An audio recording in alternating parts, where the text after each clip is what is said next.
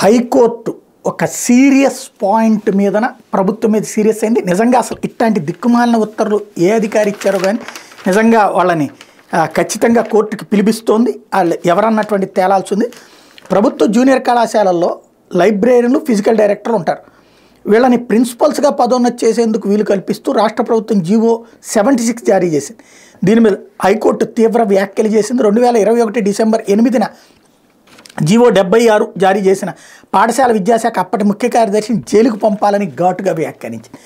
సాధారణంగా మనం చిన్నప్పటి నుంచి చూసుకుంటాం, కాలేజీలు చదివే ప్రతి ఒక్కరికి తెలుసు, ఫిజికల్ డైరెక్టర్లు లైబ్రరీలను తక్కువ వాళ్ళు ఏం కాదు, వాళ్ళు కూడా ఈ ఎగ్జామ్స్ పాస్ అయ్యి వచ్చేటటువంటి వాళ్ళే. అయితే వాళ్ళకి ఈ పోస్టులు ఇవ్వరు. సాధారణంగా రెగ్యులర్ సబ్జెక్టులు చెప్పే వాళ్ళకే పోస్టులు ఇస్తూ ఉంటుంటారు. ఇప్పుడు వాళ్ళకి కూడా పదోన్నతులు, వాళ్ళని కూడా ప్రిన్సిపల్స్గా నియమించవచ్చు అంటూ ఇచ్చినటువంటి ఉత్తర్వు మీద హైకోర్టు సీరియస్ అయింది. మేబీ ఇది సుప్రీంకోర్టు దాకా వెళ్ళొచ్చు. అంటే ఒక కరికులం నియమించడం అన్నటువంటిది ఈ దాన్ని ఏమంటారు, సబ్జెక్టుకి సంబంధించినటువంటి అంశాలు ఇవన్నీ ఎట్లా తెలుస్తాయి వాళ్ళకి, అట్లా ఇస్తారు అంటూ హైకోర్టు సీరియస్ అయింది. కాకపోతే ఇక్కడ ఒక చిన్న లాజిక్ పాయింట్ ఉంది. ఇప్పుడు ప్రిన్సిపాల్గా ఒక కామర్స్ లెక్చరర్ని పెట్టారనుకుందాం, ఆయనకి హిస్టరీ లేకపోతే సివిక్స్ ఇవన్నీ ఎట్లా తెలుస్తాయి? వాళ్ళు చదువుకున్నటువంటి దాని ద్వారా తెలుస్తుంది. అడ్మినిస్ట్రేటర్ కాదు కదా, ప్రిన్సిపల్ అయ్యారు కాబట్టి అడ్మినిస్ట్రేటర్ అవుతారు. అట్లాగే పీడీ చేసినటువంటి ఆయన స్పోర్ట్స్ కోటాల నుంచి వచ్చినటువంటి వాళ్ళు డిగ్రీలే చదువుతారు, పీజీలే చేస్తారు. నెంబర్ 1. నెంబర్ 2 వచ్చేటప్పటికి లైబ్రరీన్ అంటే చదువు రానటువంటి వాళ్ళు కాదు, లైబ్రరీన్ కూడా సర్టిఫికేట్ కోర్సులు కాదు, అవి పీజీ కోర్సులే. ఆ తర్వాత అవి కూడా సంబంధితమైనటువంటి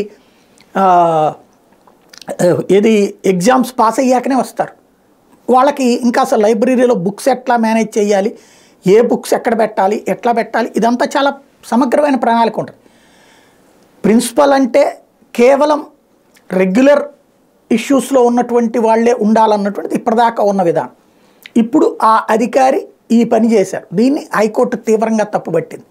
కాకపోతే ఇది కరెక్టా కాదా అన్నటువంటి పాయింట్ మీద చర్చ నడుస్తుంది.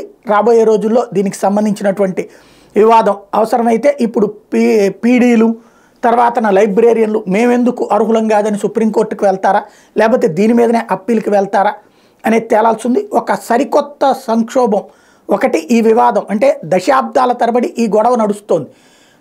ఏదైతే కేవలం రెగ్యులర్ కోర్సుల్లో చెప్పేటటువంటి లెక్చరర్లకే ప్రిన్సిపల్ ప్రమోషన్లా మేమెందుకు అనర్హులం అవుతాం అంటూ దాని మీద ఈ ఉత్తర్వులు ఇచ్చారు. ఇప్పుడు అది తప్పని హైకోర్టు నిలదీసినటువంటి వేళ ఏం జరుగుతుందో చూడాలి.